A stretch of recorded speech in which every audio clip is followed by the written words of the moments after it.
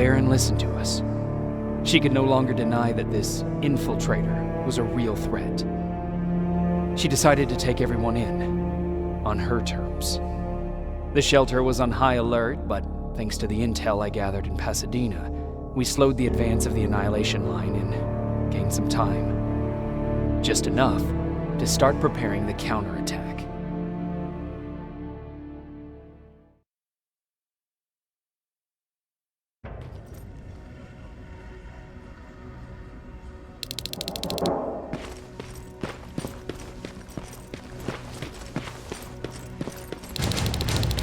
Sergeant? At ease.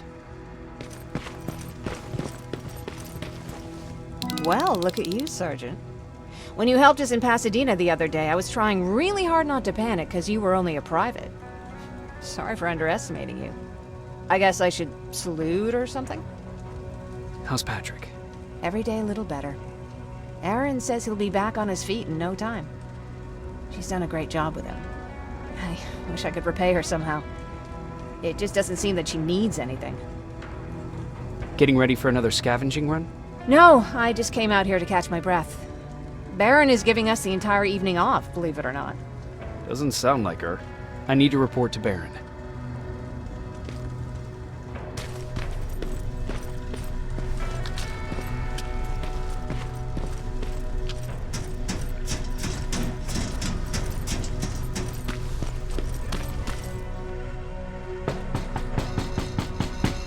Rivers, DN 46890.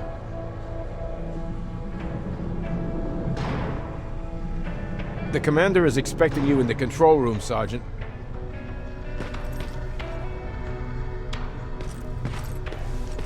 Maraschino cherries again. What? I don't get it. How did they bring that buggy down here? I'm going out soon. I haven't made my daily quota yet. I still have 3 more rats to catch. If you see one, let me know, okay? Hey, I'm just catching up with Mark. I'll get back to work in a couple of minutes. You won't tell, right? But no, seriously, you won't tell, right?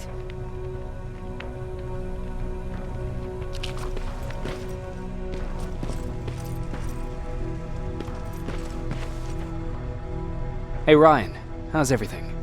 Exactly as you would imagine. Baron's keeping me busy.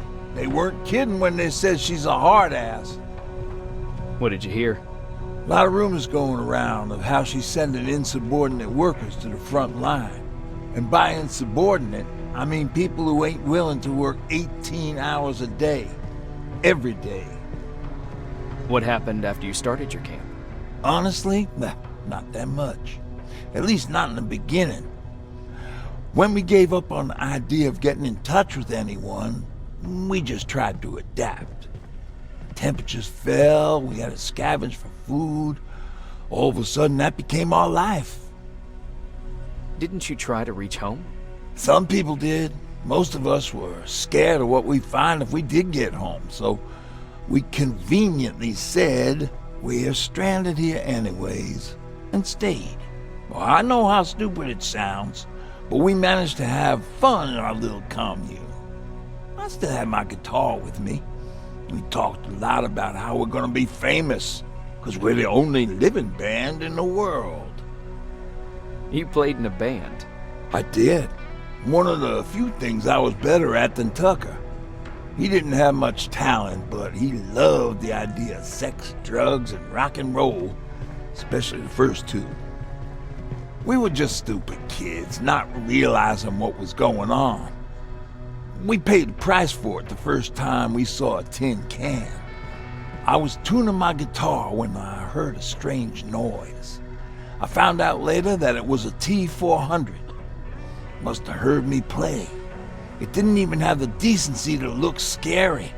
Maybe if it did, we wouldn't have just stood there when it started firing. What did you do? I froze. I didn't run to help. I didn't scream. I didn't even move. I just stood there, like a coward. The tin can got Tucker with a single bullet. Bam, just like that. 7 other people died before we finally destroyed that thing. Ironically enough, I was the one who delivered the final blow. Safe to say, it was the beginning of a new era.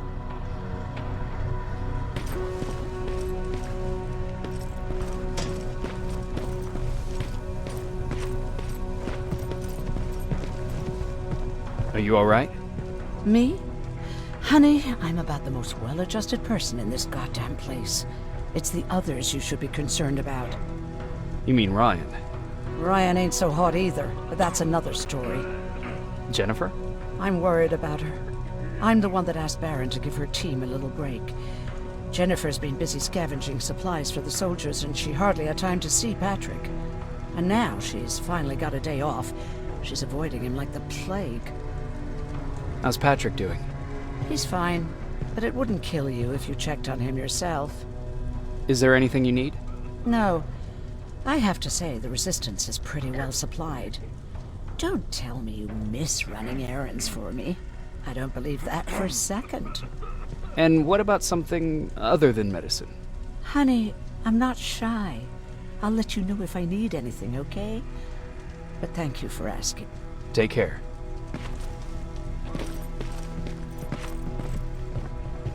How are you doing? Good. Erin's going to let me leave in a couple of days. Thanks for bringing that chalk. I've been drawing a lot. I'd be so bored without it. How do you like living in the shelter? There's a lot of people here. I like that. I heard a funny joke yesterday. You want to hear it? Yeah, tell me. What's brown and sticky? A stick! That's funny. I know, right? How's Jennifer? She's out a lot, but I understand. She's a scavenger. I have to go.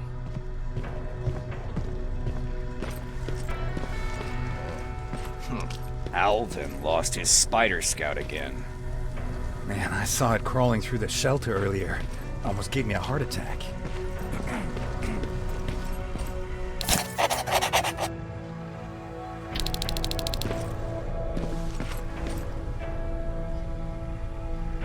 You wanted to see me? You're finally here. Good. I have a special task for you. I want you to head downtown to check on the doctor. Doctor? Alvin. He's out there making sure that our defense systems are working properly. Ever since we went radio silent, I had a small team of trustworthy messengers maintaining communication between our outposts.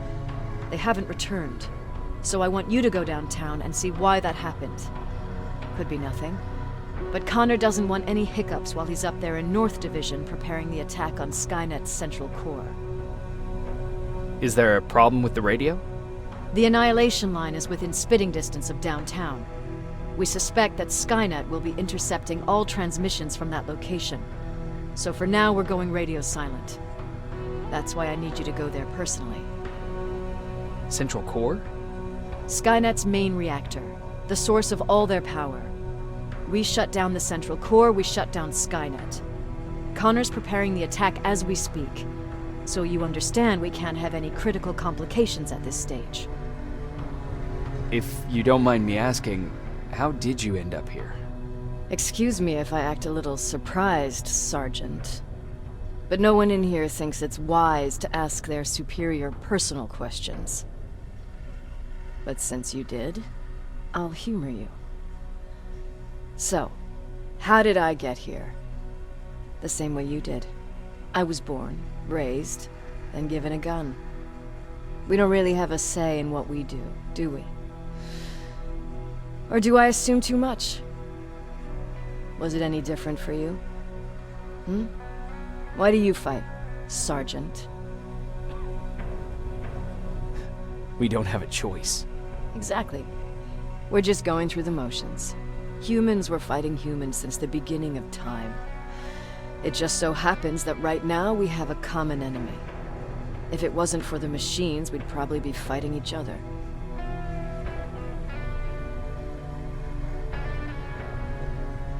If that's how you view humanity, are we even worth fighting for? I'm just doing whatever it takes to survive. Saving humanity is just a bonus. Besides, I'm not a fighter. When I go out there in the middle of the night with my Westinghouse, I'm not looking for a fight. I look to seek and conquer. I'm not a fighter. I'm a bully. was the difference. I don't treat them as equals. And although I know they're just machines, I want them to fear me. No one ever stands up to bullies. But I have to admit, it has its downsides. One of them being that no one ever asks me a personal question. At least not since Perry died. So congratulations, Reverse. Takes guts to stand up to a bully. I guess since your promotion, you got a little more cocky. Good for you.